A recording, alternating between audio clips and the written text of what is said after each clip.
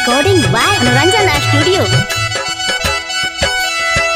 गम गम घरे घरे घूमे लाना बिंदा दीदी, गम गम घरे घरे घूमे लाना बिंदा दीदी, गलिया ना घूमा लाना मोही भैया, हाथ जोड़ी करलन गोहारा जिया जी, मुखिया बनई है अब की बारा जी, इनके जीतई है चाची मुखिया बनाई हाजी, इनके जीतई है चाचा मुखिया बनाई हाजी, नीमन बाली ना कर बिचारा जिया जी, मुखिया बनई है अब की बारा जी।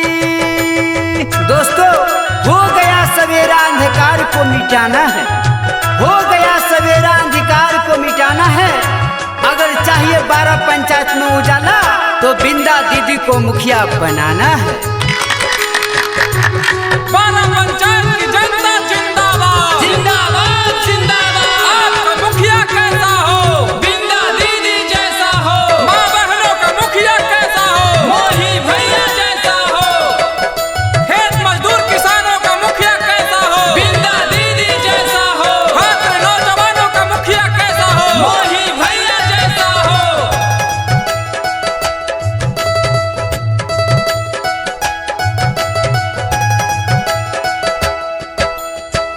इंदराया बास देथुन बिरधा पेना साना माजी, इंदराया बास देथुन बिरधा पेना साना माजी, घर घर शौचालय देथुन करथुन खूबा का महामाजी, और देथुन घरे घर रसाना माजी आजी, सुन भाई माजा दूर किसाना माजी, इनके जीतई है भैया मुखिया बनाई हाजी, इनके जीतई है दीदी मुखिया बनाई हाजी, नीमन बाली ना कर बिचारा जिया जी, मुखिया बनई है अब की बारा जी।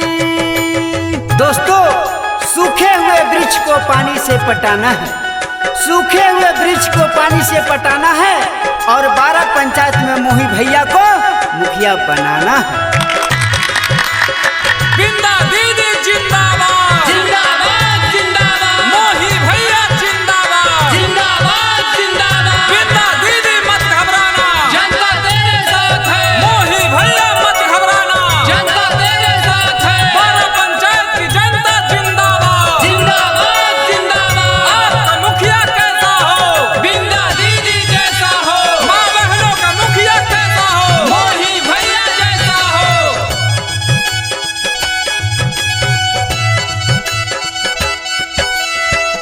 एपीएल से बीपीएल देथुन बाना बाई जी, एपीएल से बीपीएल देथुन बाना बाई जी, नल गाली रोड देथुन राशन कार्ड बनाई जी, यह करथुन सबा के भलाई जी आजी, इनके के देहू सब जीताई जी।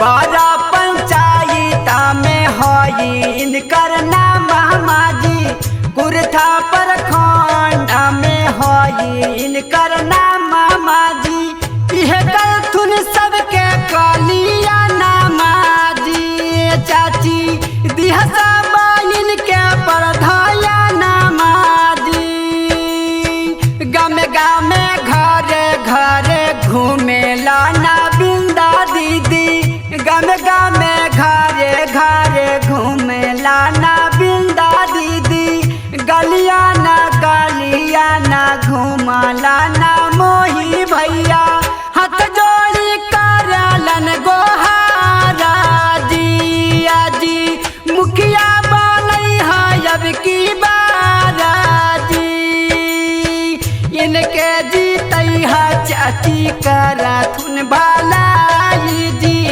इनके जीतई मुखिया बनाई हाजी निमन बाई ना कर बिचारा जी आजी मुखिया बनाई है अब की बारा जी आजी मुखिया बनाई है अब की बारा जी आजी इनके जीते है अब की बारा जी। Music by Manoj अलवेला।